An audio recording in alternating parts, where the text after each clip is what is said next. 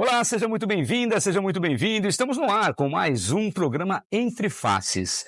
Muito se fala de relacionamentos, muito se fala de adolescência, muito se fala de tantas coisas relacionadas à mente humana de um modo geral. Afinal de contas, relacionamento também passa por isso. E realmente, a gente tem até uma referência recente, que é uma série passada aí na Netflix chamada Adolescência, que se fala muito a respeito disso. Mas nada melhor do que uma especialista, alguém que está realmente inteirada sobre o assunto, para trazer para a gente novidades sobre tudo isso. Estou falando então da psicanalista Patrícia Rodrigues, que está conosco hoje aqui. Patrícia, muito obrigado, seja muito bem-vinda. Imagina, eu que agradeço. É uma baita oportunidade aqui poder trazer esse tema, porque a psicanálise muitas vezes ela não é vista, né, ou percebida. E esse tema sobre o filme Adolescência, ele traz toda essa abordagem da psicanálise, essa questão psicológica. Então é uma baita oportunidade para eu poder trazer aqui. Uma oportunidade incrível para a gente aprender também, porque afinal de contas vamos fazer desse nosso episódio, obviamente, uma análise, uma sessão de análise, vamos aproveitar tudo isso. Então, para isso eu quero que você, Patrícia, por favor, nos fale. Patrícia Rodrigues, pela própria Patrícia Rodrigues, e nos conte um pouquinho aí da sua trajetória, da sua carreira, por que chegar na psicanálise, enfim, vamos lá, vamos conhecer a Patrícia como psicanalista. Certo. Bom, eu escolhi a psicanálise, na verdade, a psicanálise me escolheu, porque eu tive outras profissões, né? Eu já trabalhei com turismo e depois na área bancária, área financeira, mas eu sempre me identifiquei com a questão da psicologia, psicanálise. Estudei psicanálise, né? Fiz bacharel e é o lugar onde eu me identifico. E o fato de conhecer pessoas, conseguir acessar aqueles lugares com elas, conseguir trazer alívio para a ansiedade, para a dor, para os traumas, ressignificar. Você ver uma pessoa num estado, por exemplo, depressivo, de amargura, de angústia, e conseguir caminhar com ela até que a vida volte a fazer sentido, até que aquele brilho, aquela vontade de viver volte, é uma paixão para mim. Então, eu amo a psicanálise, o que a psicanálise traz. E essa paixão é que nos dá segurança muitas vezes, né? Veja que nós estamos falando de uma profissional que de fato demonstra o quanto gosta, o quanto é apaixonada por sua profissão, e isso, sem dúvida nenhuma, faz de nós, nessa fase da vida de profissionais, procurarmos sempre o melhor. Então eu fico muito feliz de saber que aqui em Caraguatatuba hoje nós temos alguém com essa vontade e com tudo isso para nos ajudar, trazer para a gente, porque muitas vezes, Patrícia, a gente acha que se conhece. Sim. A gente tem assim, não, eu me conheço, ninguém melhor do que eu para me conhecer. Mas eu pergunto, será que a gente se conhece mesmo? Olha, na verdade é uma construção. Primeiro, entender que a gente muda, os nossos desejos mudam, os nossos pensamentos mudam, então a gente está sempre se conhecendo. Mas existem pontos nossos que eles estão ali desde sempre, gritando, mostrando qual que é a nossa vontade real. O exemplo da profissão. Muitas vezes a gente não exerce a profissão que a gente ama, às vezes por influência, porque, enfim, acha uma outra questão financeira melhor e etc. Mas dentro da gente fica aquele desejo, aquela vontade que não passa. Isso é se conhecer. Você sabe, no fundo, quais são as suas vontades, as suas maiores qualidades, os seus dons, mas é uma construção. E é fato, porque muitas vezes nós nos deparamos com situações que não sabemos que caminho tomar, né? E hoje, nós conversávamos aqui um pouco antes de iniciarmos o nosso programa, conversávamos justamente sobre essa mudança na aceitação da ação de um profissional nas nossas vidas. Estamos falando aí dos profissionais que lidam, como o caso da psicanálise, a psiquiatria, a psicologia, esses profissionais que nos trazem alguma forma de lidarmos com as situações do dia a dia. E aí nós vamos daqui a pouco falar, inclusive, dessa questão de relação dentro do ambiente familiar, mas também as relações externas com tudo isso, né? Então eu vejo, de fato, a necessidade do acompanhamento e que hoje, me corrija se eu estiver errado, já não tem mais tanto aquele distanciamento, aquele preconceito. Ou ainda existe isso?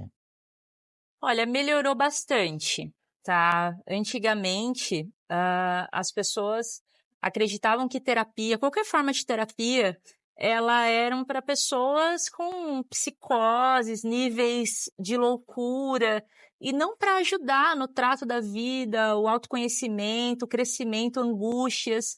As pessoas tinham um preconceito, tinham até vergonha de dizer que procuraram um psicólogo, um psicanalista, um psiquiatra, por exemplo.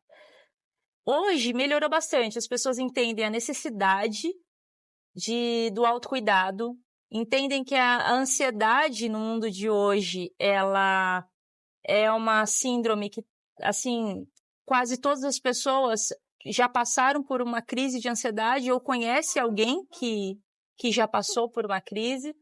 Então as pessoas começaram a entender que é necessário a terapia, que aquele ponto de calma, de conhecimento, de equilíbrio é necessário. E as pessoas começaram a entender que está tudo bem, todo mundo precisa de terapia, né? Eu, como psicanalista, eu faço terapia, eu preciso de terapia, todas as pessoas. Eu brinco que a terapia, ela é para o resto da vida. A gente tira férias de terapia, a gente dá um tempo, às vezes, não quer dizer que a gente vai estar a vida toda em terapia. Mas em alguns momentos a gente para e em alguns momentos a gente fala, puxa, agora tá na hora de voltar, tem alguns pontos aí que estão se perdendo de novo e a gente retoma. Então as pessoas começaram a entender o quanto é bom, o quanto é saudável fazer terapia. A gente tem visto, inclusive, muitas pessoas famosos, artistas, né? Eu me lembro muito do Selton Mello comentando a respeito da terapia, do quão importante ela é na vida de qualquer pessoa para essa construção do ser humano como um todo, né? E Sim. de como agir.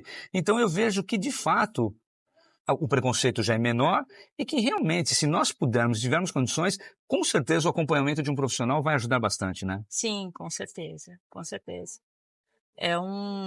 As pessoas, às vezes, elas confundem um pouco achando que vai chegar até o limite e vai se resolver sozinho. Não, eu consigo, eu aguento. Mas quando ela conhece a terapia, que ela passa com um profissional, ela entende o quanto é importante, o quanto ela já deveria ter feito antes. Hoje as pessoas estão aprendendo, por exemplo, a colocar os seus filhos adolescentes, crianças, já em terapia, para já ir lidando com cada fase da vida. E isso é muito importante, essa conscientização é muito importante. Então eu acredito que seja isso mesmo. E vejo até uma movimentação nas próprias escolas, né? Hoje Sim, já tem um outro direcionamento. A forma de lidar, né? De educar os filhos em casa mudou bastante. E aí me cabe, nesse momento, falarmos então do que nós comentamos no início, que é a questão da série Adolescência, né? sim, Mas só antes de entrar nesse particular, deixa eu só entender, eu, Clóvis, com a minha curiosidade. As diferenças básicas entre os profissionais que lidam nessa área. Então, nós estamos falando de psicanálise, de psicologia, de psiquiatria. Conta para mim um pouco dessa união ou onde que entra cada um desses profissionais. tá. Bom, as pessoas às vezes confundem um pouco, né? Todos são muito importantes, são segmentos diferentes. Por exemplo, o psiquiatra, ele faz medicina e a especialização dele é a psiquiatria. Então, ele faz aquela parte onde ele pode receitar medicações quando necessário. O psicólogo que cursou psicologia, ele pode, por exemplo, fazer uma pós-graduação em psicanálise. Então, o psicólogo ele pode ser um psicanalista. E o psicanalista, um bacharel em psicanálise, ele pode fazer pós com especializações da área de psicologia. Então, se encaminham juntos. Por exemplo, um profissional indica ao outro. Um paciente pode, até um psiquiatra, ele receitar a medicação e pedir para que esse paciente procure um psicanalista para que ajude ele em terapia. Então, caminham juntos, não são opostos. Eu acredito que um ajude com o trabalho do outro, fazendo com que aquela pessoa consiga a cura, a independência, o autoconhecimento dela. Então, um é essencial para o outro. Perfeito. Então aí a gente já sabe mais ou menos como lidar com cada um deles e obviamente que entre esses profissionais que se conversam também sabem até onde cada um vai Sim. e quando passa para as mãos de um outro profissional. Muito bem.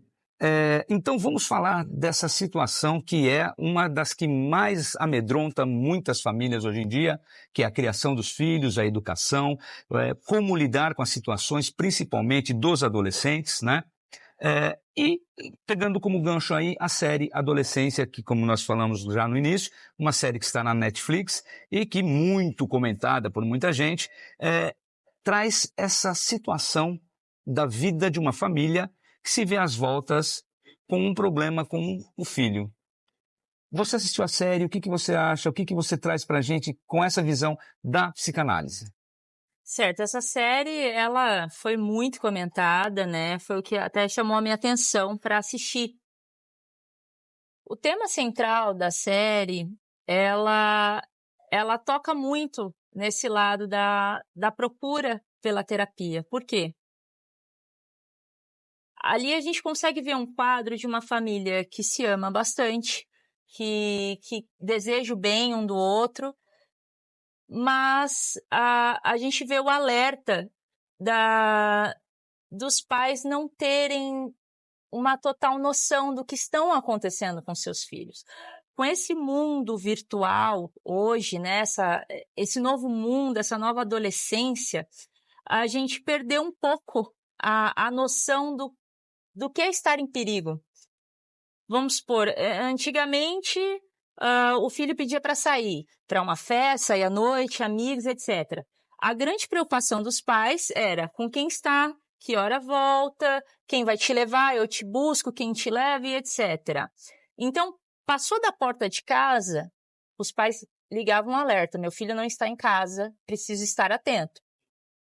Com a internet, meu filho está no quarto. Eu tenho a sensação de que ele está seguro.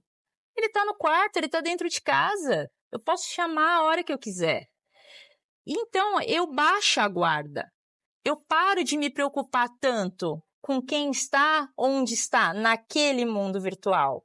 Eu começo a usar aquele termo que quase todo adolescente traz, né? A minha privacidade.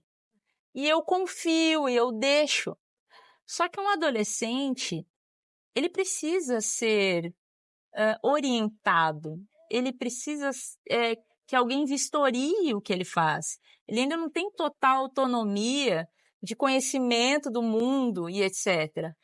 Então, nessa série, ela traz esse alerta que não é porque o filho está dentro de casa, não é porque o filho tem ótimas notas e um comportamento ok, carinhoso, que está tudo bem. Ele pode estar, sim, num mundo muito perigoso, com pessoas cruéis, com ideologias criminosas, e os pais, às vezes, só vão dar conta disso quando a situação está muito complicada. E aí entra o olhar psicanalítico, né? A importância dos pais entenderem que se você sente que o seu filho não consegue, né, se abrir, trazer para você todo aquele mundo, a terapia pode ajudar.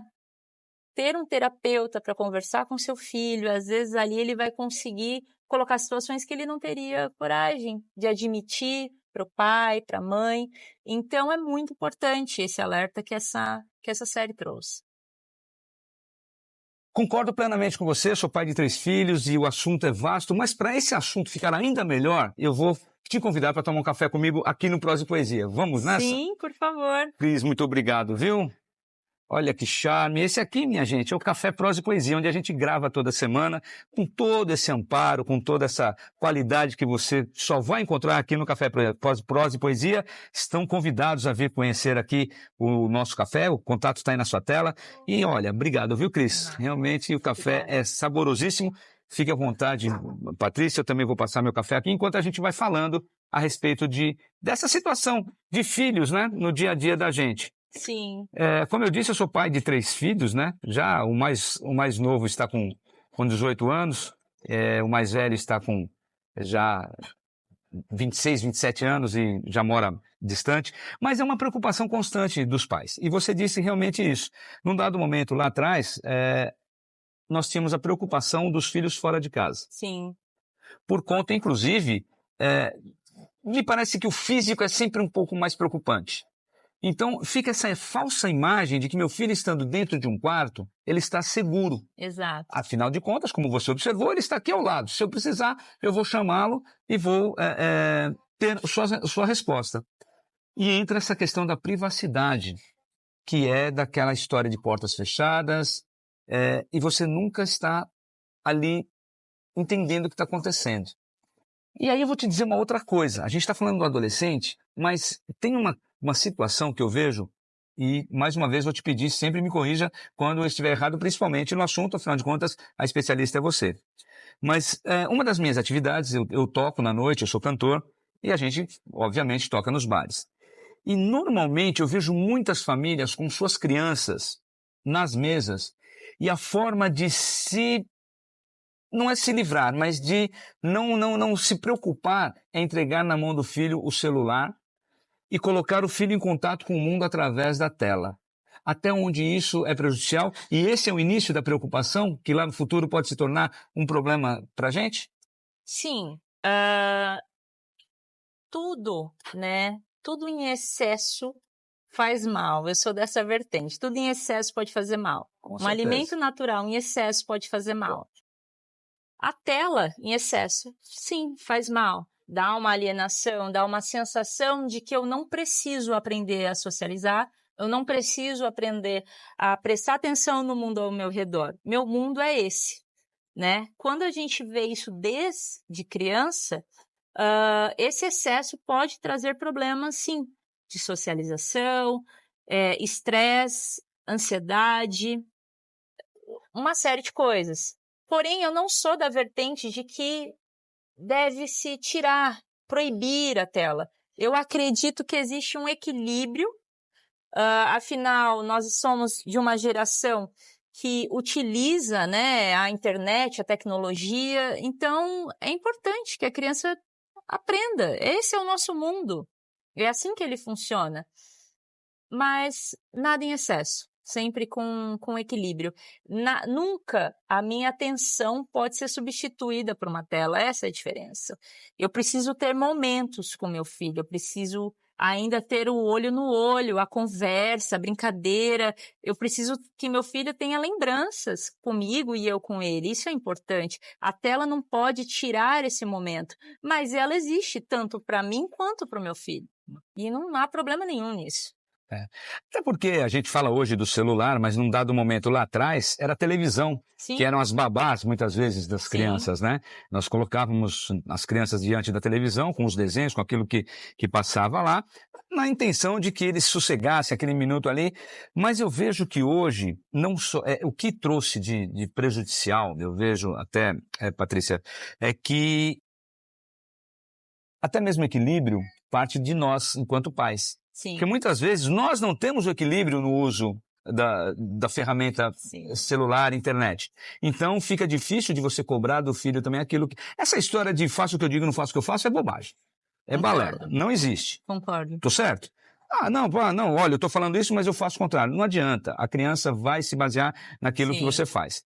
Mas eu toquei no caso a criança, porque aí o que acontece? É uma sucessão. Desde então, aí vem, e isso tende, se nós não tivermos equilíbrio, tende a se tornar algo muito nocivo lá na frente, porque vem a questão dos vícios. E hoje já existem programas de desintoxicação para essa finalidade, né? Então eu vejo com muito problema. Aí, na adolescência que chega o grau máximo de problema, porque tem as influências externas dos amigos, de onde estão inseridos, e com todo o bombardeio de informações que chega para a gente hoje. Objetificação da mulher, machismo, racismo, etarismo, capacitismo e uma série de outras coisas, né? Sim. E a série retrata muito bem isso. Aí eu te pergunto também, Patrícia, na questão da culpabilidade dos pais. Até onde é responsabilidade dos pais e onde isso realmente pode trazer para o pai um certo alento de que eu fiz o que eu pude, mas não consegui? Ok. Claro, assim, sobre tudo, cada caso é um caso, né? Muitas vezes, cada um tem a sua visão de mundo, de até onde realmente foi.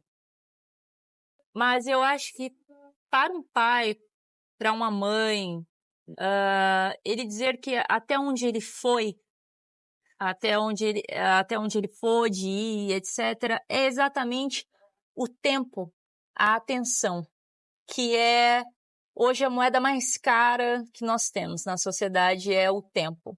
Eu posso dar tudo menos o tempo. O tempo está sempre corrido, estamos sempre ansiosos com tudo. E o que falta muito, que eu percebo nos casos analíticos, é a questão do tempo, é a atenção. É como eu falei, às vezes o filho está no quarto e eu só entendo que, bom, tá lá, tá tudo bem, mas eu preciso saber que mundo é aquele, eu preciso acessar o meu filho. E o que você gosta, onde você acessa? Não ter medo, não, essas barreiras não podem existir. O que você vê, o que você gosta, com quem você conversa aqui? Eu preciso saber que mundo é esse, porque se ele fosse para casa de alguém, eu iria conhecer a família, porque eu não Justo. conheço a comunidade virtual que ele está. Perfeito. É o novo modelo de família que ele está, o novo modelo de amigo. Então, essa barreira é que não pode existir. E sim, existem consequências, tem coisas que às vezes, por mais que a gente tente, acontece, são escolhas do filho, mas se você está atento, se você está presente, você vai conseguir identificar muito mais cedo e conseguir ir com ele a ajuda, a cura, a mudança daquilo, porque na maior parte do tempo é uma visão distorcida de si que acontece com o adolescente. Eu não sou bom o suficiente, eu não sou bonito o suficiente, eu não sou legal o suficiente. Que inclusive é um dos retratos da série, né? Sim, Mostra muito isso, a não exato, aceitação, a rejeição, exato. aquela situação onde você... E todo adolescente passa por isso. Sim, Todo sim. adolescente, ele quer ser aceito, ele quer ser o popular, ele vai buscar um mecanismo. Se ele não tem a beleza física para ser a atenção, ele vai buscar um mecanismo paralelo, ele vai ser o mais engraçado, ele vai ser, de alguma forma, para ter destaque. E nós buscamos aceitação sempre, né? Sim. E, via de regra, quando isso não acontece, é onde se instaura um problema, né? Exato, exato. Hoje melhorou muito a questão de padrão, né? Antigamente isso era um problema muito maior de padrão de beleza. Era um único padrão. Hoje não. Hoje as pessoas têm se atentado a isso, então melhorou bastante. Mas está longe, né, de ter terminado. Existem muitas comparações. E o adolescente, como ele está nessa fase de mudança da infância, né? Ele está nessa transição, não sou mais uma criança, mas não sou um adulto, desejos sexuais fluindo, hormônios mudando, a aparência mudando, tudo está acontecendo. Então, é natural a comparação. E, às vezes, até um pouco sobre essa série, às vezes o adolescente, se ele não consegue ser, como você citou, né, o popular, ou tá naquele padrão que aquele lugar acha legal, ele vira o oposto, ele vira o que odeia aquilo, então ele pratica violência, ele quer exterminar, ele cria um ódio por aquilo. Então são dois extremos, né? Se eu não me encaixo, então eu odeio. E isso é muito perigoso. E eu vejo também que nós, enquanto pais, uma falha que nós cometemos é de não conversar com os filhos sobre todos os assuntos. Sim. Normalmente a gente acaba conversando com filhos de amigos, com alunos, no caso de professores, tendo essa abertura de conversas mais peculiares, e com os filhos não. Às vezes os pais, né, os educadores, seja lá quem esteja diante dos filhos, né, não necessariamente pai e mãe, mas quem está ali com a guarda do filho, um empurra para o outro determinados assuntos. Então o pai, por exemplo, ele se abstém de conversar com a filha que está chegando na fase da adolescência, que vai passar por problemas não, por situações hormonais, por menstruação, aquela coisa toda, ele se abstém. Sim. Ele joga para a mãe. E com o filho também não conversa muita coisa. E lá atrás nós tínhamos uma prática terrível, que era aquela história do pai colocar o filho como o garanhão, o machão, e a filha eu guardo porque ela precisa. Então isso foi criando também uma sociedade, a meu ver, muito doente. Sim. Muito doente. E que traz problemas terríveis. E que hoje nós estamos colhendo frutos disso, não é verdade? Com certeza. É o que a gente conversou no início, né? As pessoas tinham muito preconceito com a terapia, então a informação sobre o lado psicológico, a saúde emocional, ela não era dito, né? Você tem que aceitar e pronto. Você tem que ser e pronto. O que você sente não era perguntado, não era questionado. Então, esse pensamento trouxe uma geração muito doente. Hoje, com o avanço da tecnologia, tudo ficou muito mais corrido, muito favorável em muitas coisas, mas também a vida ficou muito corrida. Sim. Então, une tudo isso mais a ansiedade.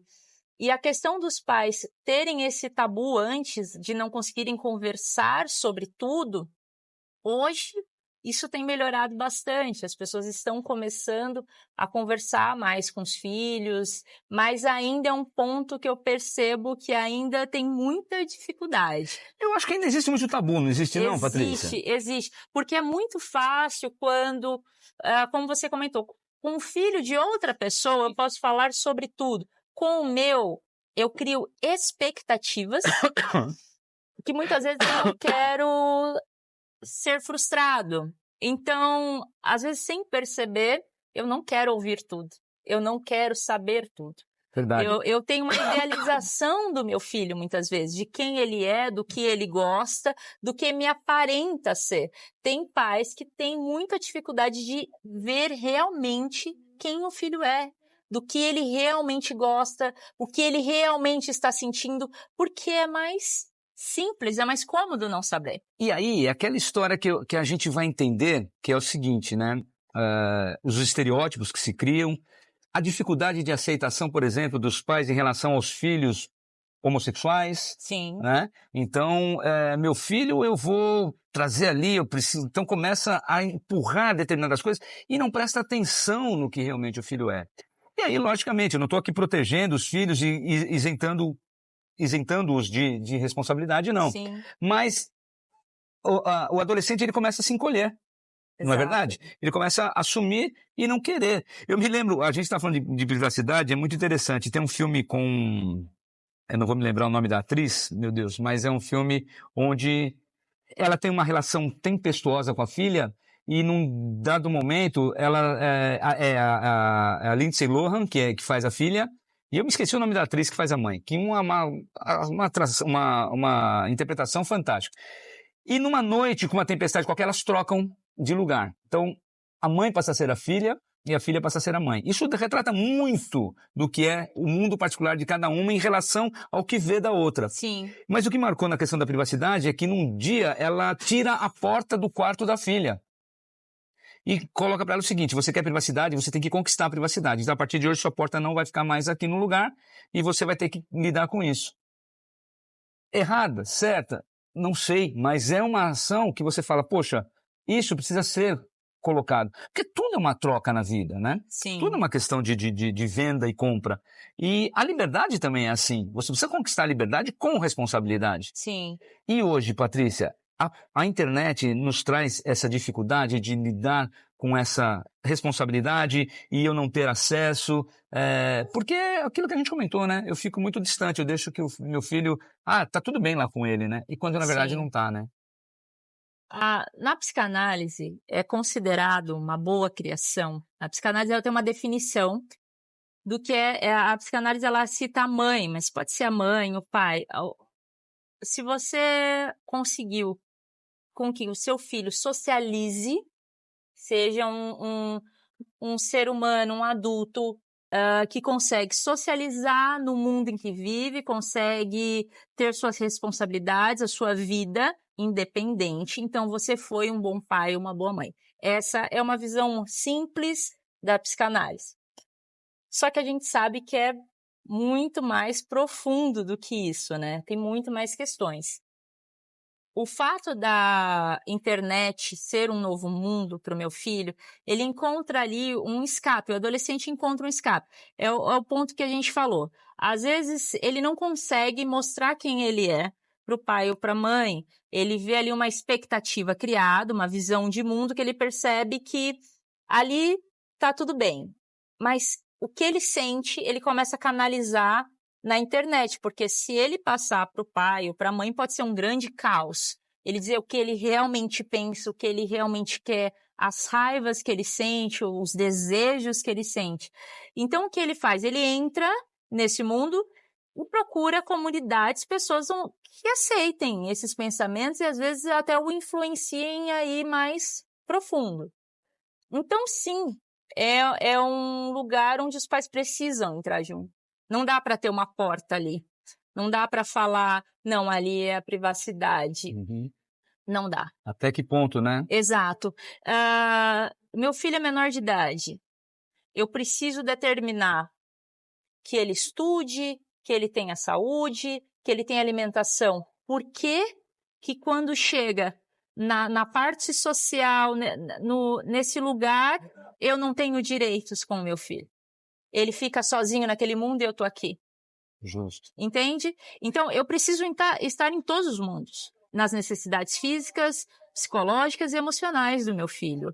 E a internet, ela faz parte disso. É claro, o excesso é cansativo. Como você observou, o equilíbrio é importante, Exato, né? Eu preciso deixar com que ele flua ali, converse como ele quiser. Porém, não podem existir senhas, não pode existir o não acesso. A hora que eu precisar, achar que eu devo acessar, que eu devo verificar, tem que ser um canal aberto. Essa é a diferença. Você sabe que eu vejo que existem duas linhas de defesa no relacionamento parental, né? Aquela coisa de pais para filhos.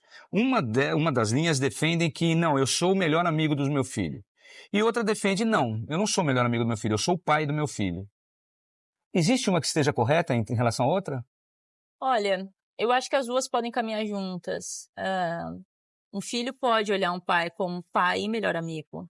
Não preciso escolher um lado. É até saudável entender que aquele pai ou mãe, ele tem vários lados, né? Uma mãe não é só mãe, ela é mulher, ela é amiga, ela é filha de alguém.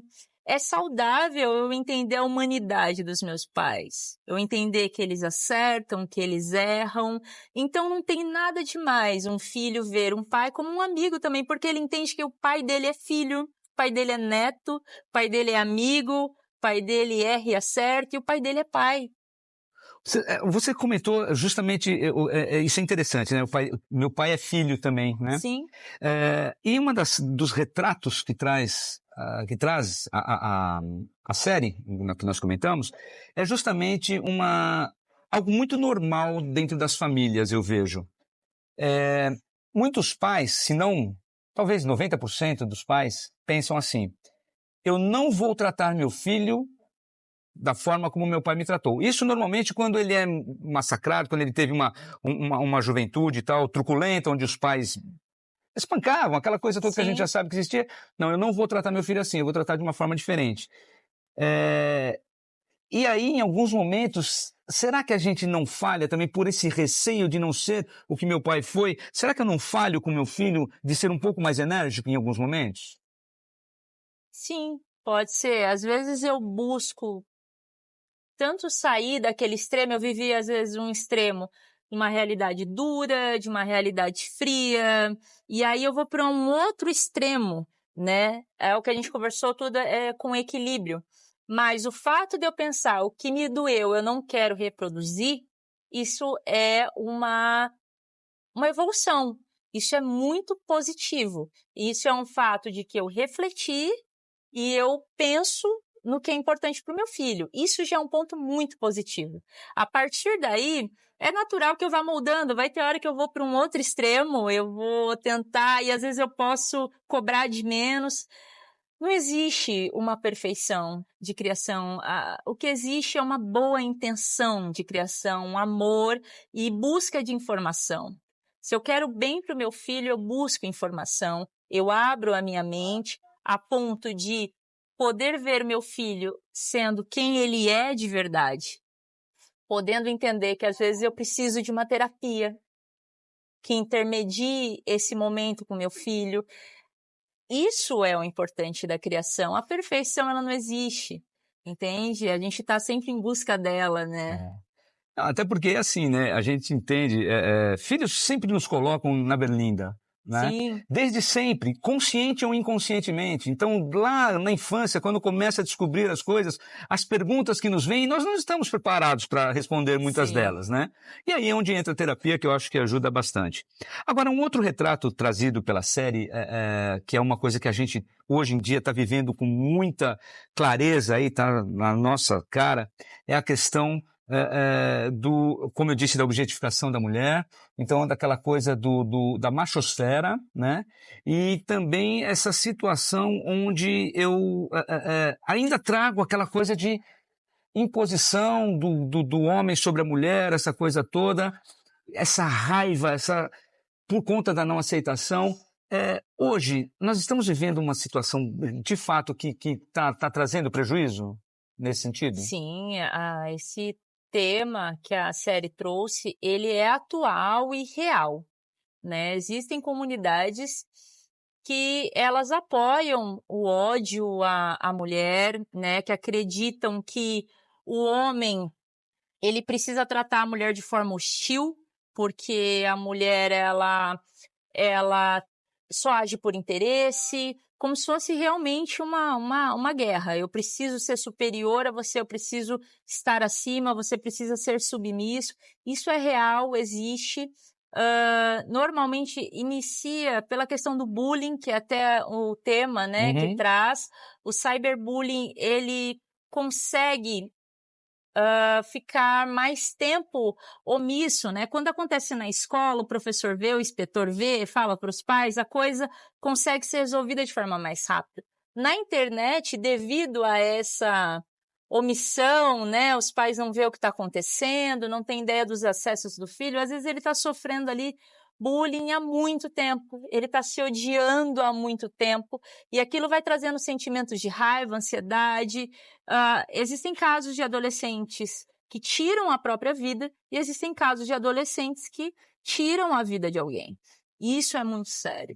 Inclusive, eu vejo que nós temos uma cegueira, ou no mínimo uma miopia muito grande em relação a isso, porque nós queremos ter a razão sobre tudo.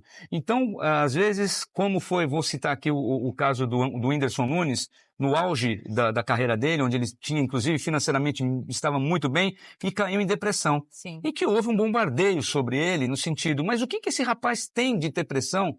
Então fica aquela história que a gente às vezes fala até de forma grotesca. Eu queria ver se ele tivesse um tanque de roupa para lavar e coisa assim. E cabeça da gente, ninguém manda. E é tão difícil, né? Sim. Como é difícil isso. Agora, ainda dentro desse assunto, né, nós falamos da machosfera e tal, essa masculinidade tóxica, né, Patrícia, que é o que você colocou e que hoje a gente vê, e a internet traz isso. Eu vejo algumas coisas, eu acompanho algumas pessoas que postam e eu vou verificar nos comentários. É impressionante os ataques de haters simplesmente por serem mulheres. Sim. É um negócio muito maluco. Isso também é fruto desse relacionamento parental dentro das famílias? Também é isso? Mas também tem a sociedade como um todo. É difícil, né? Com certeza. A gente espelha, né, o mundo que a gente se alimenta. Se eu fico ali na internet lendo sobre isso, como o tema aqui é a adolescência, então o adolescente, claro, ele tem uma vivência de mundo muito menor, uma maturidade menor, ele está ali em crescimento psicológico, em conhecimento de si. Então essas informações, ele pega mais fácil, ele reflete menos, ele vai pelo sentimento. Então, bom, eu tô com raiva, eu sofri um bullying, eu não consigo nada, minha vida é uma grande droga. E aquele lugar vai me informando que, olha, se você está se sentindo assim, é porque essas mulheres não prestam, elas não servem para ninguém, e aquilo vai me alimentando. E sim, isso vai virando um adulto que ele vai começar a dizer isso e ensinar isso e viver isso. Quando ele encontrar com uma mulher, ele vai tratá-la dessa forma. Se ele tiver um filho, ele vai instruir dessa forma. A gente é o que a gente pensa. Eu fico pensando aqui exatamente o seguinte, Patrícia. Eu tenho 3 meninos, né? E em casa, nós sempre tivemos o cuidado, né, de, olha, vocês não têm uma irmã para entender, mas imaginem se fosse a sua irmã. Então, como você vai tratar suas colegas, suas amigas? Mas é uma preocupação que aí já vem de berço, né, de uma coisa assim. E eu vejo que essa passagem desse sentimento, dessa visão, é muito de pai para filho também. Mas aí eu fico pensando, e dentro de casa, esses adolescentes, eles não têm a imagem de como o pai trata a mãe? Ou será que o tratamento também lá dentro é hostil e dessa forma transfere para ele que ele tem que ser? Eu fico realmente curioso de saber isso. Então, muitas vezes é a forma que ele vê dentro de casa. Mas essa série, esse ponto achei muito interessante, que eles mostraram que aquele adolescente não é a realidade que ele vê nos pais. Ele vê um casal como qualquer outro, com problemas, mas com amor, Sim. com cumplicidade, com respeito. Então, ele não tinha essa base. Ele não tinha esse olhar. Ele entendia que os pais se amavam e eram imperfeitos. A questão era dele, era que ele estava num mundo que ele foi se identificando, porque ele sentia aquela dor. A dor da rejeição, de não ter a pessoa que quer, de não se sentir bonito, legal o suficiente, simpático o suficiente.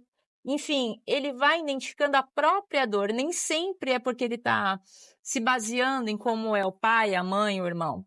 É só que ele encontra um lugar onde parece que a dor dele é vista e ouvida.